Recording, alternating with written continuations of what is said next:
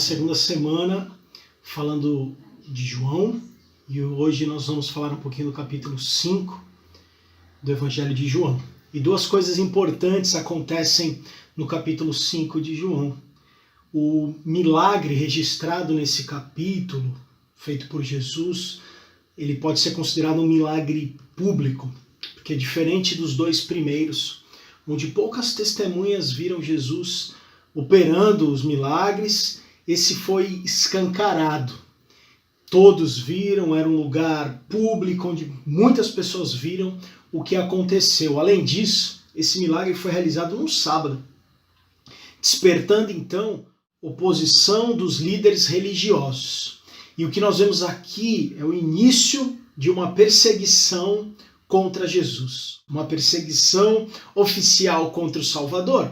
Dos versículos 1 ao 15 de João 5, nós vemos Jesus usar esse milagre como um ponto de partida para uma mensagem que seria dirigida para aquele povo.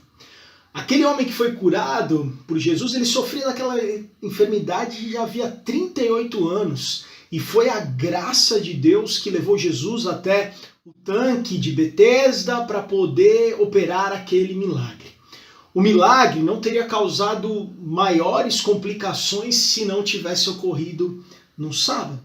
E em vez de se alegrarem com o livramento que aquele homem recebeu, depois de 38 anos, os líderes religiosos condenaram aquele homem porque ele estava carregando o seu leito e desse modo estava transgredindo a lei, que dizia que aos sábados, no dia do descanso, ele não poderia fazer esse tipo de coisa.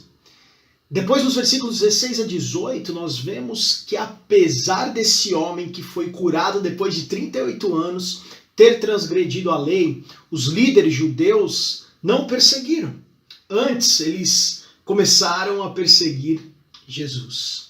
Irmãos, Jesus desafiou as tradições legalistas, pois eles haviam transformado o sábado numa prisão de regulamentos e de restrições.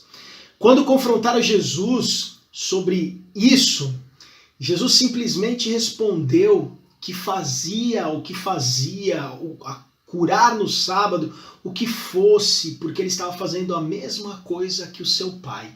João capítulo 5, versículo 17 diz o seguinte: meu pai continua trabalhando até hoje e eu também estou trabalhando. Após essa declaração, irmãos, os líderes religiosos mudaram a acusação contra Jesus. A acusação era de violação do sábado e agora eles estavam acusando Jesus de blasfêmia, pois Jesus havia afirmado que ele era Deus. E blasfêmia era passível de pena de morte. Jesus passa então a ser odiado, sem motivo. Eles ignoram todas as boas obras que Jesus vinha fazendo aos desamparados, aos desesperados, e voltam toda a sua atenção e esforço para poderem destruir Jesus. E em resposta às acusações desses líderes religiosos, irmãos, Jesus faz algumas declarações importantes que comprovam aquele que ele tinha afirmado e que tinha provocado tanta ira naqueles homens, porque ele tinha afirmado que ele era o Filho de Deus, que ele era Deus. No versículo 19 do capítulo 5, Jesus diz o seguinte: eu lhes digo verdadeiramente que o Filho não pode fazer nada de si mesmo, só pode fazer o que vê o Pai fazer, porque o que o Pai faz, o Filho também faz. Jesus declarou ser igual a Deus, porque ele é Deus. E esse é o tema do Evangelho de João. Jesus afirmou ser um com o Pai em suas obras. O Pai não só mostrou suas obras ao Filho, mas também o capacitou para realizar essas obras e também compartilhou com o Filho o seu amor.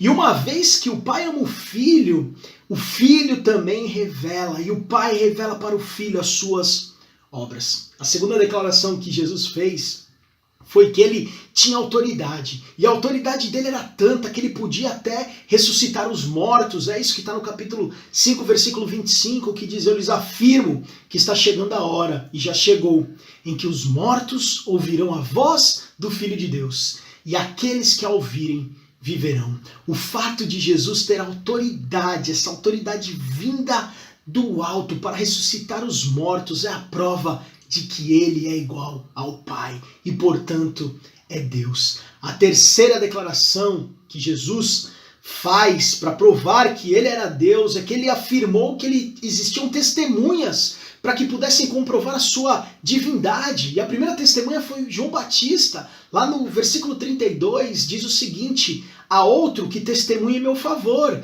e sei que o seu testemunho ao meu respeito é válido. Jesus está dizendo: existem provas de que eu sou o Cristo, o Messias, o Filho de Deus. E uma das provas é João Batista, que veio proclamando que eu viria, que ele era só o precursor, que ele estava só preparando o caminho. A segunda testemunha que Jesus fala está lá no versículo 36. E ele fala o seguinte: eu tenho um testemunho maior que o de João, a própria obra que o Pai me deu para concluir. E o que eu estou realizando testemunha que o Pai me enviou. Os milagres, a postura, os sermões, tudo aquilo que Jesus vinha fazendo e mostrando, comprovava que ele era Deus. E mesmo assim os homens o ignoraram. E a terceira testemunha está lá no versículo 39 do capítulo 5 de João. E são as Escrituras que testemunham ao meu respeito. Irmãos, João Batista, os milagres, a palavra de Deus, tudo apontava para a verdade de que Cristo era o Filho de Deus. Ainda assim, eles não creram.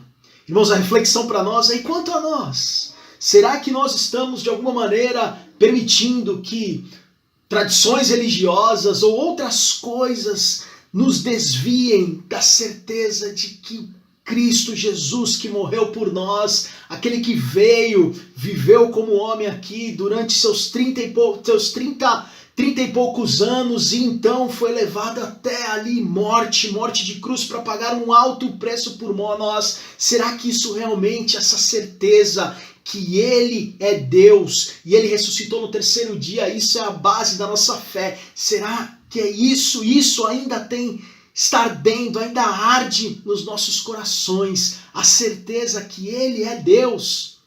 E eu termino com o versículo 24 de João 5, que diz: eu lhes asseguro, quem ouve a minha palavra e crê naquele que me enviou, tem a vida eterna e não será condenado, mas já passou da morte para a vida. Que nós possamos continuar crendo, que nós não sejamos cegos como aqueles religiosos foram e não enxergaram as testemunhas e não enxergaram que Deus, que Jesus era Deus, Jesus era o Filho de Deus. Que nós possamos crer, e então, como diz o versículo 24, ter a vida eterna e não sermos condenados, porque já passamos da morte para a vida. Que Deus nos abençoe.